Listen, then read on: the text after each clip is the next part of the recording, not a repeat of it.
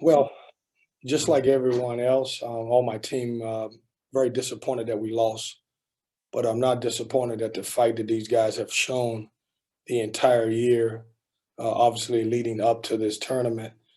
Give Syracuse a lot of credit.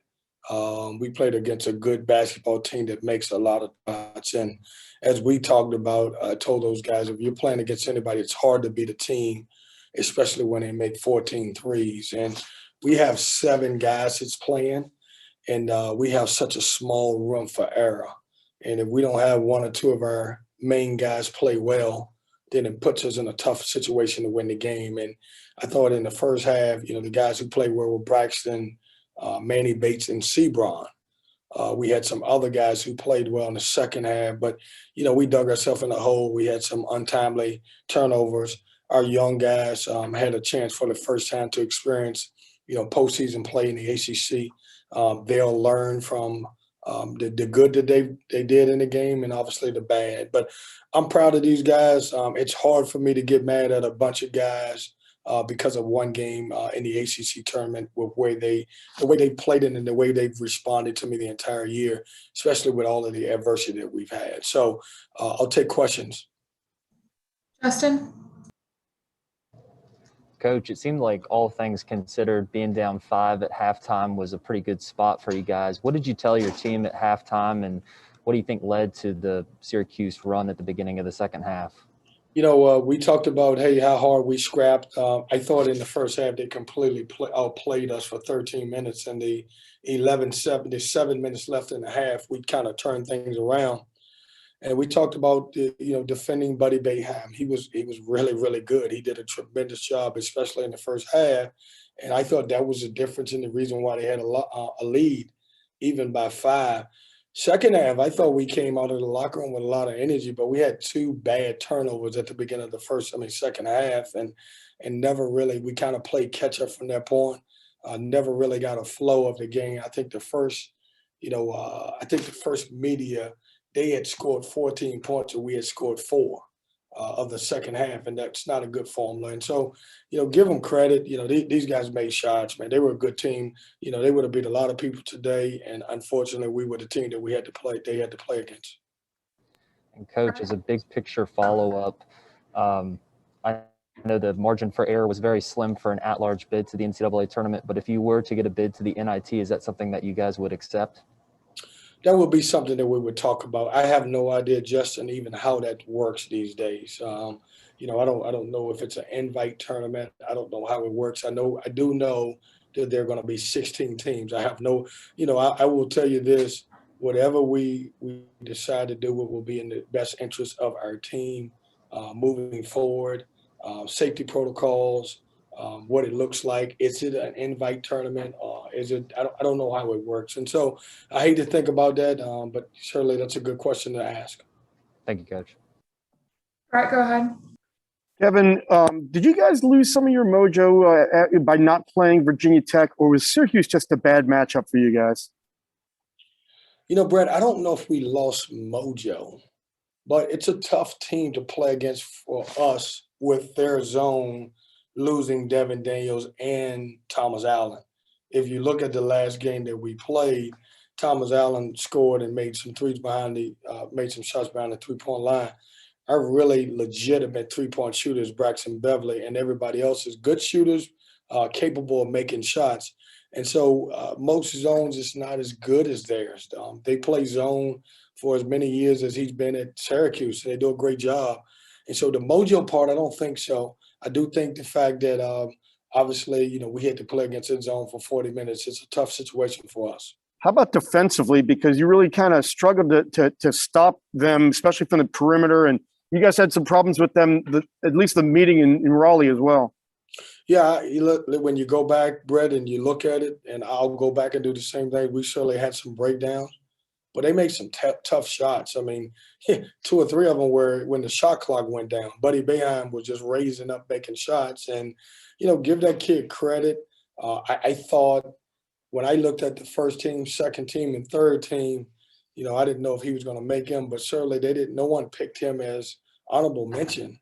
And I'm sure that kid played with a little juice and energy because of that. And, he's the number 6 scorer in this league and didn't get on the all honorable mention team. And so give him credit. Brett, I told the team before the game, these guys take tough shots and they make tough shots, and they did today. Thanks, Kevin.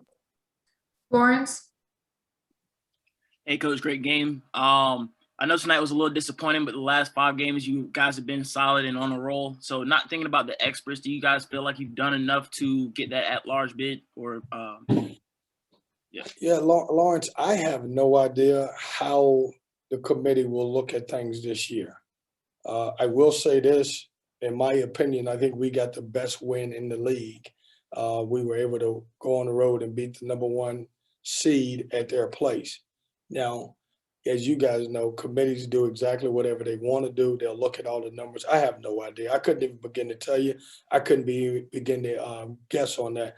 I will say this.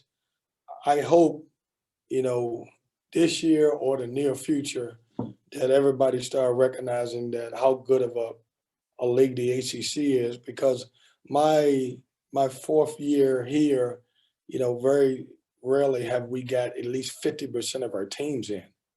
And that's tough because I think we were doing that before we went to a 15-team league, and right now we haven't. And so it's a lot of teams out here that's deserving to go. And if we're fortunate enough to get selected, we'll go. If not, then we'll figure everything else out. James, Hey, Kevin, I know you really stress limiting the attempts from the three-point line of the other team. And I think the first 2 matchups, they had less than 20, 29 today. Was it something you saw that led to that high increase for them this game relative to the first 2? James, I just think they got hot. I mean, I'm sure you guys were looking at the game, and we had some breakdowns, as I talked about, but they made some really tough shots. But the crazy thing, that's not anything that's surprising. And once you see the ball go in the hole as guys who can make shots, they're going to continue to take those shots. And, we fouled a 3-point shooter. A couple times we were there on the catch and they made shots.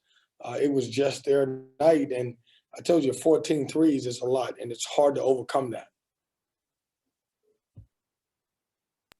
Eddie,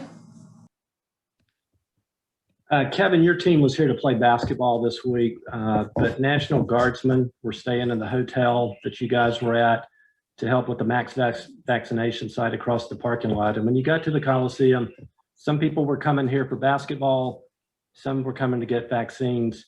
What perspective have you found in this environment this week, and certainly looking back to where we were a year ago at this time? Eddie, I'm proud of all of the National Guard, and I got a chance to see it a different way because I walked around the mall, probably did about 10 laps around the mall, just obviously trying to get some exercise. And the operation that they were running was unbelievable. They did a tremendous job of vaccinating as many people as they could get through. The perspective is pretty simple. We're moving in the right direction. I am even glad, this year last year after we played our first game, we didn't get an opportunity to play our second one. But I think the way we've responded as a country and trying to get as many people vaccinated as we can with the National Guard and everybody, the frontline helpers, that's been tremendous. And, we compete as basketball teams as we should. But I think right now you're seeing a group of Americans who are coming together to make sure that we help everything get back to normal. And I'm proud of that, and I'll continue to be proud of that. I've done some, a couple of videos to send out and talking about what's important about getting the vaccine, and I'll continue to do that because I want things to get back normal. Thank you. Corey, Kevin, you mentioned earlier, the fact that you guys were able to finish the season strong and finish with those 5 straight wins. When you look back at this end of the season, obviously this game is, kind of a bad footnote on it all, but how proud are you of your team for developing and getting to the point where they've been over his last several games? Corey, even this game we lost, I'm not going to take away from the effort that these kids have given me, over the last month or so, and really over the entire year. We had just about as much adversity as anybody else could have had. We may not have even been in this situation, If these guys would have put their head down, we would have played a game yesterday and probably would have lost the game yesterday, but we didn't. And so I'm happy with them. I told them, Corey, after the game, I'm not going to define your season because of this game.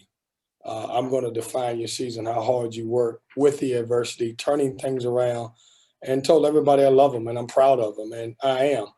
We win together, we lose together, and that's our entire staff and our players, and we're building. Our young guys got so much unbelievable experience, and I wanted our seniors, guys like Braxton Beverly and DJ Funderburg, if this was their last ACC tournament, I wanted those guys to experience it, and I'm happy that they did.